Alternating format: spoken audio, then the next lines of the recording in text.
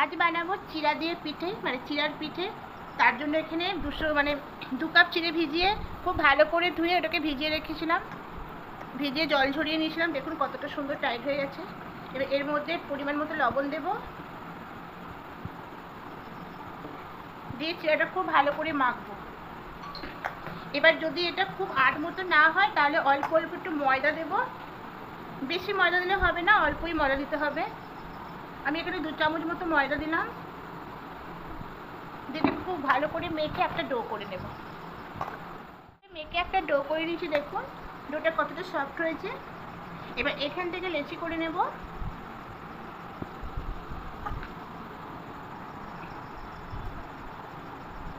এইভাবে লেচি করে নেব, নিয়ে পিঠের আকারে করে নেব। একটু ময়দা হাত করে নেব, দিয়ে এইভাবে একটা করে বাটির মতো তৈরি করে নেব। নিয়ে এখানে পুরটা রেখেছিলাম,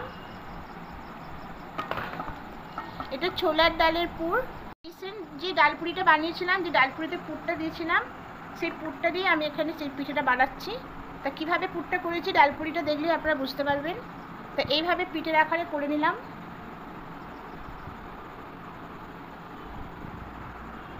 এগুলো সব এইভাবে বানিয়ে নিয়েছি, দেখুন। এবার এগুলো গরম তেলে ভেজে নেব। তেল হয়ে গেছে, এবার এখানে একটা করে পিঠে ছেড়ে দিচ্ছি।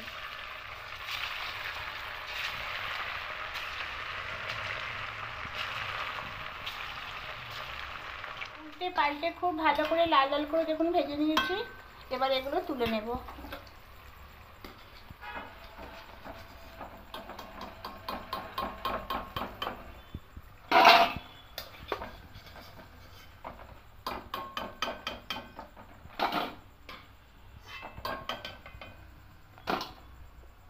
বাকিগুলো এভাবে দিয়ে দেব,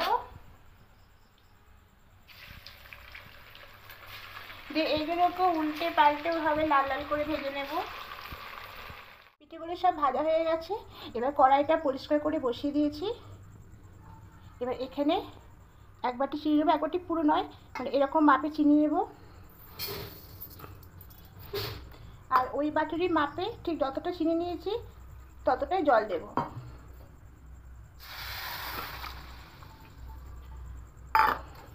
জল দিয়ে একটা চিনি শিরা করে নেব।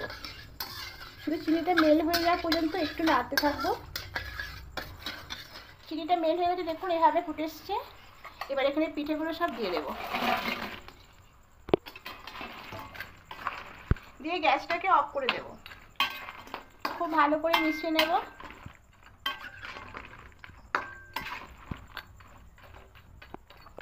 এইভাবে মিশিয়ে এবার এটা ঢাকা দিয়ে, একটা থালা ঢাকা দিয়ে রেখে দেবো। ঢাকাটা খুলে নিয়েছি, রসে মানে চিনির রসে একদম এটা টেনে নিয়েছে, দেখুন। এবার এটা অন্য একটা পাত্রে নামিয়ে দেখাচ্ছি। দেখুন পিঠেগুলো সম্পূর্ণ বানানো হয়ে গেছে। তা যদি কোনো পুরি বা পুর ভরা কোনো জিনিস বানাতে থাকেন, যদি পুরটা বেঁচে যায়, তাহলে এইভাবে পুর দিয়ে খুব জলদি বানানো যায়। তবে আজকে চিনির ভাজা পুরির পিঠেগুলো বানালাম। দেখুন আমি একটা আপনাদের কেটে দেখাচ্ছি, দেখুন কতটা নরম হয়েছে। এই দেখুন, এইভাবে জলদি বানানো যায়। তা যদি আমার রেসিপিগুলো আপনাদের ভালো লেগে থাকে, অবশ্যই আপনারা পাশে থাকবেন। নতুন যারা দেখছেন অবশ্যই সাবস্ক্রাইব করে পাশে আমার থাকবেন। আর যারা পুরনো বন্ধুরা আছেন অবশ্যই কমেন্ট করবেন, যাতে আমি নতুন নতুন রেসিপি আরও আপনাদের সামনে নিয়ে আসতে পারি।